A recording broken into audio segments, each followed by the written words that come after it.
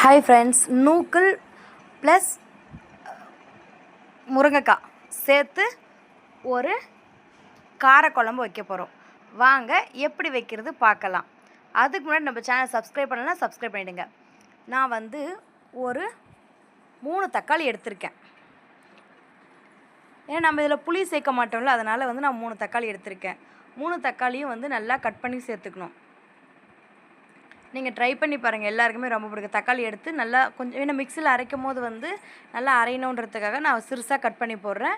நீங்கள் உங்கள் மிக்சி நல்லா அரைக்கணும்னா நீங்கள் அப்படியே ஒரு 4ஆக கட் பண்ணி கூட சேர்த்துக்கலாம். நீங்கள் எப்படி சேர்க்கணும்னு விருப்பம் அப்படி சேர்த்துக்கோங்க.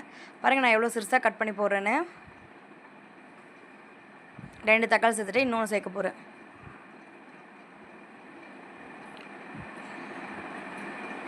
அது கட் பண்ணிகிட்ருக்குல்ல, அதனால் கொஞ்சம் சேர்க்கறது காட்ட லேட் ஆகும். பாருங்கள், இப்போ 3ஆவது தக்காளி சேர்த்துறேன். நீங்கள் கண்டிப்பாக ட்ரை பண்ணி பாருங்கள், எல்லாருக்குமே ரொம்ப பிடிக்கும். தக்காளி கட் பண்ணும் போது அதோடைய அந்த ஒரு ரவுண்ட் ஷேப்பில் இருக்குல்ல முன்னாடி, அதை கட் பண்ணி எடுத்துடணும்.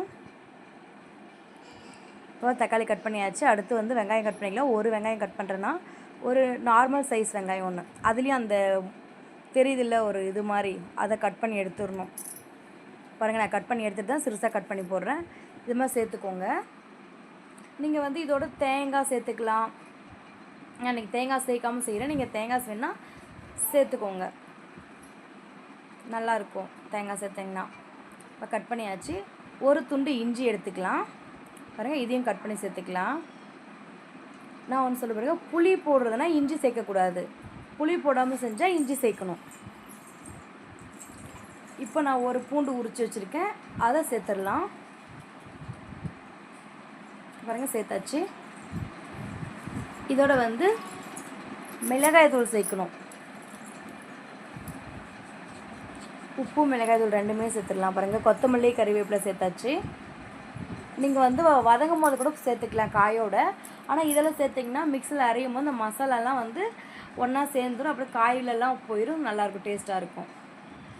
இப்போ குழம்பு மிளகாய் தூள் நான் ஒரு பெரிய ஸ்பூனில் 1 ஸ்பூன் முழுசாக ஒரு 1/2 ஸ்பூன் எடுத்துக்கிறேன். நீங்கள் காரம் எப்படியோ, நீங்கள் காரம் எது மாதிரி சாப்பிடுங்களோ அது மாதிரி சேர்த்துக்கோங்க. மஞ்சள் தூள் சேர்க்க மறந்துடாதீங்க, மஞ்சள் தூள் சேர்த்துறீங்க. நான் மிளகாய் தூள்லேயே மஞ்சள் தூள் சேர்த்துருக்கிறதுனால நான் சேர்க்கல, நீங்கள் சேர்த்துக்கோங்க. உப்பு தேவையான அளவு சேர்த்துக்கலாம். அதாவது கொஞ்சமாக பாதி உப்பு சேர்த்துக்கலாம், பாதி உப்பு அப்புறம் காயில் சேர்த்துக்கலாம். இப்போ மூடி அரைச்சி எடுத்துடலாம். பாருங்கள், அரைச்சாச்சு. இப்போ முருங்கைக்காய் நூக்கல் பாருங்கள் கட் பண்ணி எடுத்தாச்சு. இது மாதிரி குட்டி குட்டிஸாக கட் பண்ணி வச்சுக்கோங்க. இப்போ அடுப்பு பற்ற வச்சு அதில் சட்டி வச்சாச்சு. சட்டி நல்லா காயிட்டும். பாருங்கள், சட்டி நல்லா காஞ்சாச்சு. நம்ம எண்ணெய் சேர்த்தாச்சு. எண்ணெய் நல்லா காஞ்சதுக்கப்புறம் கடுகு சேர்த்துறோம். பாருங்கள், கடுகு சேர்த்தாச்சு. இப்போ கடுகு பொரியுது. நீங்கள் இந்த டைமில் கறி லீஃப் அந்த கறிவேப்பிலை அப்போ சேர்க்கலனா இப்போ சேர்த்துக்கலாம். இப்போ எல்லா காயும் கொட்டி நல்லா கலரி இது சொல்கிறேன் பாருங்கள். உப்பு சேர்க்கணும். உப்பு சேர்த்துட்டு நல்லா மிக்ஸ் பண்ணி விட்டுட்டே இருக்கணும். ஒரு 5 மினிட்ஸ் தான். அப்போ தான் அந்த காய்க்குள்ளெல்லாம் அந்த உப்பு ஏறி நல்லாயிருக்கும். பாருங்கள், நல்லா கிளறி விடுறேன். நீங்கள் விட்டிங்கன்னா தீஞ்சிரும் அடையில். நல்லா மிக்ஸ் பண்ணி பாருங்கள். இப்படி அந்த எண்ணெய்லாம் அதில் சேருது பார்த்தீங்களா, அது மாதிரி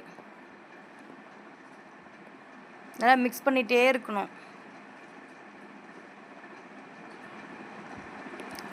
இப்போ மிக்ஸ் பண்ணியாச்சு. மசாலா சேர்த்துடலாம். அந்த மிக்ஸ் பண்ணி வச்சுருந்தாங்கள அந்த அரைச்ச மசாலா சேர்த்தாச்சு. இப்போ 1 நிமிஷம் நல்லா வதக்கிட்டு அந்த மிக்ஸி ஜாரை கழுவி அதை சேர்த்துடலாம். இதில் சேர்த்துட்டு இப்போ தண்ணி தேவையான அளவு சேர்த்துக்கணும். சேர்த்து ஒரு 10 நிமிஷம் நல்லா கொதிக்க வைக்கணும். பாருங்க, நான் கொதிக்க வைக்கிற 10 நிமிஷம். இப்போ 10 நிமிஷம் கழித்து பார்க்குது, ஓரளவுக்கு காயெல்லாம் வெந்துருச்சு. இருந்தாலும் கொஞ்சம் தண்ணி நான் எக்ஸ்ட்ரா வச்சதுனால இன்னும் கொஞ்சம் நேரம் அது கொதிக்க வைக்கணும். அவ்வளோதான், கொஞ்சம் நேரம் கொதித்து முடிச்சாச்சு. இப்போ சூப்பரான முருங்கைக்காய் அதுக்கப்புறம் நூக்கல் காரக்குழம்பு ரெடி. கண்டிப்பாக ட்ரை பண்ணி பாருங்கள், எல்லாருக்கும் ரொம்ப பிடிக்கும். வேறு லெவல் டேஸ்ட்டு. ட்ரை பண்ணி பார்த்தா உங்கள் கமெண்ட் என்ன கமெண்ட் பாக்ஸில்